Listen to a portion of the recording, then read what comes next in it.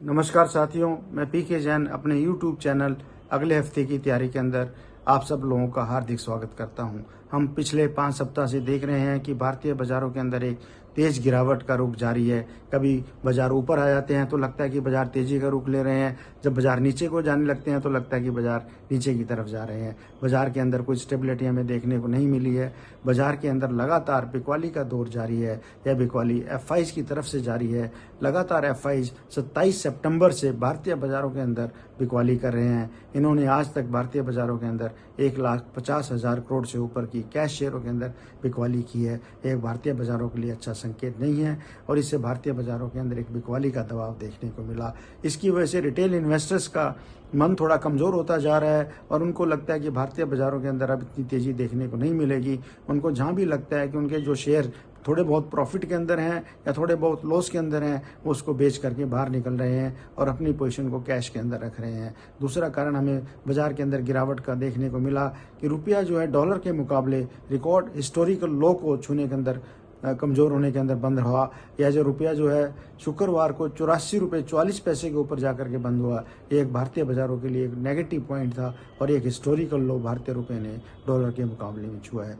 भारतीय बाजारों के सामने दो बड़े इवेंट पिछले सप्ताह थे। एक तो यूएस के प्रेसिडेंट इलेक्शन का और एक दूसरा फेड मीटिंग। दोनों रिजल्ट्स बड़े अच्छे रहे। फेड की मीटिंग के अंदर फेड ने 25 बेसिस पॉइंट का इंटरेस्ट रेट कम किया और यूएस का प्रेसिडेंट इलेक्शन ट्रंप ने एज एक्सपेक्टेड अच्छी मेजोरिटी के साथ जीत लिया है। उसके बाद भारतीय बाजारों के अंदर एक दिन हमने 200-250 पॉइंट की निफ्टी के अंदर रिकवरी देखने को मिली थी, जो कि एक शॉर्ट कवरिंग की वजह से देखने को मिली थी। अगले दिन ही भारतीय बाजारों के अंदर इससे ज़्यादा हमें निफ्टी के अंदर गिरावट देखने को मिली। यह कोई भारतीय बाजारों के लिए अच्छा संकेत नहीं था। इसका मेन कारण यही था कि एफआईज ने अपनी सेलिंग जो है कंटिन्यू रखी है और वो उसको रोक नहीं रहे हैं। भारतीय बाजारों से एफआईज अपना पैसा निकाल करके चाइना के अंदर लेके जा रहे हैं। चाइना ने कहा था कि वह शुक्रवार को एक स्टिमुलस पैकेज अनाउंस करेगा, परंतु इतना कोई बड़ा उन्होंने स्टिमुलस पैकेज अनाउंस नहीं किया है। देखना है कि सोमवार को इसका भारतीय बाजारों के ऊपर कैसा असर मिलेगा। मेरा एक अनुरोध भारतीय सरकार से यह भी है कि भारतीय सरकार को भी एक स्टिमुलस पैकेज चाइना की तरह से भारतीय कॉर्पोरेट सेक्टर के लिए अनाउंस करना चाहिए, ताकि भारतीय बाजारों के अंदर जो बिकवाली का दौर एफआईज की तरफ से देखने को मिल रहा है वो थोड़ा रुक जाए और भारतीय बाजारों के लिए एक पॉजिटिव संकेत देखने को मिलेगा।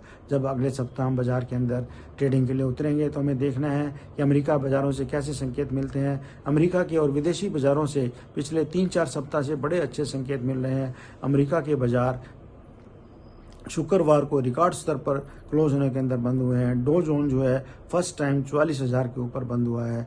यह विदेशी बाजारों से एक अच्छा संकेत है, परंतु हमारे बाजार इन चीज़ों से प्रभावित नहीं हो रहे हैं।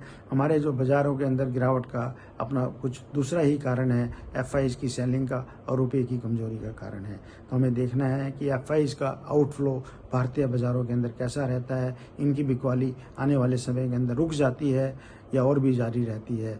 अगर बिकवाली रुक जाती है तो निफ्टी अगर 24,200 के आसपास स्टेबलाइज होने के अंदर कामयाब रहता है तो एक भारतीय बाजारों के लिए अच्छा संकेत रहेगा। अगर निफ्टी 24,000 और 23,800 के नीचे अगर ट्रेड करना शुरू कर देता है तो फिर हमें बिकवाली के और ज़्यादा द्वार देखने को मिलेंगे और निफ्टी हो सकता है कि 23,500 और 23,200 के स्तर को भी छू ले। इसलिए हमें बड़ा ही कॉशियस होकर के अगले सप्ताह बाजार के अंदर काम करना है।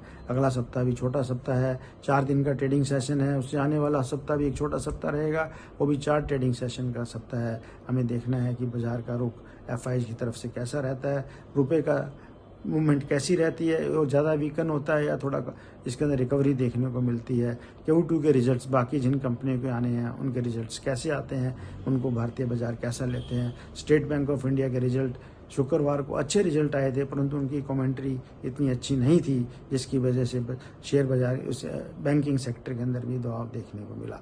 अगले सप्ताह के लिए मेरे 3-4 शेयर आप लोगों को सजेस्ट करने जा रहा हूं, उसके अंदर आप ध्यान दे कर रख सकते हैं। पहला शेयर मोतीलाल ओसवाल का शेयर, जो मैंने पिछले हफ्ता भी 210 रुपये के आसपास रिकमेंड किया था, या 290 रुपये के ऊपर शुक्रवार को बंद हुआ है। इसके अंदर भी लोग जो है इन्वेस्टर्स जो है अपनी खरीदारी करके चल सकते हैं। स्टॉप लॉस 910 रुपये का रखें और आने वाले समय के अंदर टारगेट 1200 रुपये तक का देखने को मिल सकता है।